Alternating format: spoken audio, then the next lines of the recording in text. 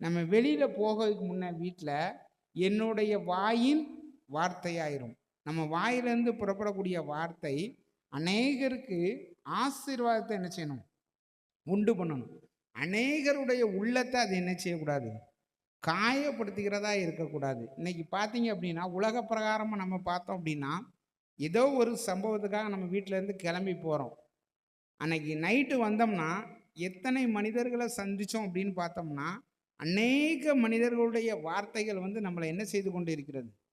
காயப்படுத்தி கொண்டு இருக்கிறதை நம்ம பார்க்கிறோம். அநேக நாட்கள் நான் அநேக நாட்கள் இரவு நேரத்தில் என் மனைவிட்ட கலந்துக்கிட்டது உண்டு. இன்னைக்கு இந்த மனிதரை சந்தித்தேன், அவர் என்னை பற்றி இப்படி சொல்லிட்டாரு. இந்த மனிதரை சந்தித்தேன், அவர் இப்படி சொல்லிட்டாரு அப்படின்னு.